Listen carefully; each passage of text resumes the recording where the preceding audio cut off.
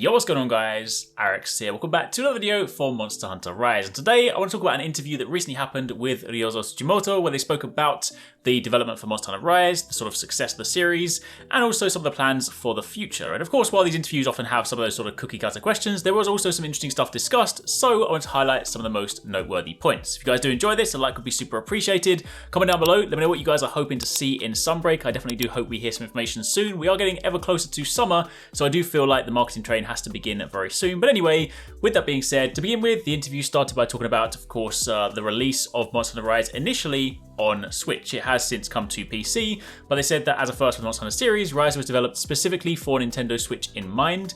So they said, can you give us some insight to the reasoning behind that? And they said that we were excited about the idea of creating an all-new Monster Hunter for Nintendo Switch. Keep in mind, Monster Hunter has historically always been very popular on handheld, especially in Japan. Portable play is a massive thing. It's part of the reason that the series became so massive. They said that they wanted to take advantage of the Nintendo Switch's unique ability to function both as a stationary and a portable console, and they said that unlike Monster Hunter World and Iceborne, they created Rise with this idea of portability in mind. They said that in a lot of ways, the previous Monster Hunter titles that came out on handheld were what sparked the popularity of the series. So they said that clearly the ease of playing on the go or gathering with a group of friends was a big part of the success, so they wanted to create Rise with that in mind. They then went on to ask whether there were any big adjustments in regards to developing for the Nintendo Switch, to which they said that the biggest change, of course, came from switching their game engines used for previous development.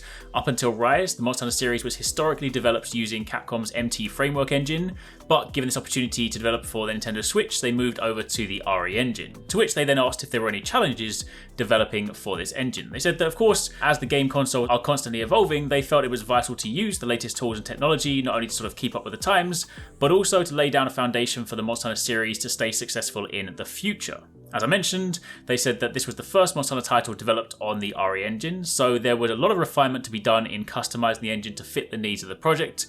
As a result, they were able to realize seamlessly connected maps for Nintendo Switch, similar to that seen in Monster Hunter World, which of course was a first for the series because prior to that, maps were separated by zones. Now, following on from there, they spoke a little bit about the development during the pandemic, of course, some of the challenges that it presented, how it made things more difficult, how they then went about sort of promoting the game. They spoke about like using social media, and of course, different things like that to really help push the game during difficult times. But they then spoke about how Rise has been received post-release. They said that, of course, it's been able to stay trending since then.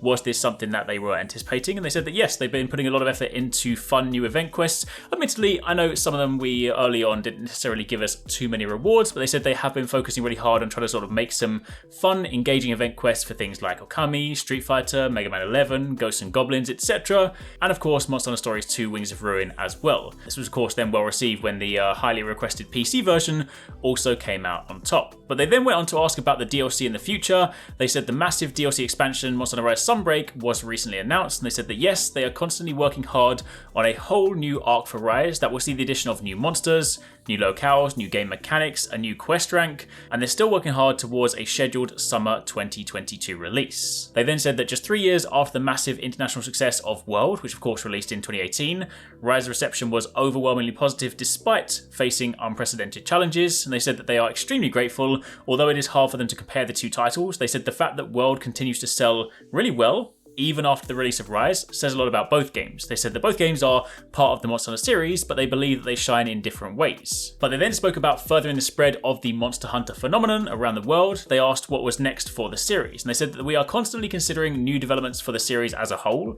Monster Hunter Stories, which was of course originally released in 2016, came about because there was a desire to create a Monster Hunter title that wasn't action-oriented. It's kind of unusual for an RPG spin-off to come from an action game, and they said they would like to see this series continue to grow, which is fantastic when you consider how successful Monster Hunter Stories 2 was. It's kind of safe to say that they will probably be doing a Monster Hunter Stories 3 at some point. I mean, the game was a success, and why not? Capcom are a business, they want to make money. Additionally, on top of reinforcing their foothold as a perennial game title, they said they're also branching out into other forms of media with productions such as the series' first CG animated film, Monster Hunter Legends of the Guild, which is currently being streamed on Netflix, and they said they hope that the sort of multifaceted productions like this will keep expanding the Monster Hunter brand worldwide. Notice how they didn't mention the Monster Hunter movie. I feel like they're trying to brush that one under the carpet. But anyway, they said with the series going on 17 years, do you think that the younger generation of Monster Hunter fans is growing? And they said that it's true. The history of Monster Hunter is a long one, and we are delighted to say that more and more young developers are joining Capcom with a passion for the series. They make it a point to incorporate their feedback throughout the development process, and it's wonderful to see them work and grow alongside seasoned veterans. Fostering young creative talent is one of the biggest goals for them, so they want to continue to encourage them to get involved because they will be the ones who will lead the next generation of Monster Hunter. And then finally, to round it out, they say, can you give us any words about the future? And Ryozo said, being one of Capcom's original IPs, I want to see the Monster Hunter series thrive. The success of World has motivated them as a company to continue to grow the series on a global scale. They'll do this by innovating and taking on new challenges.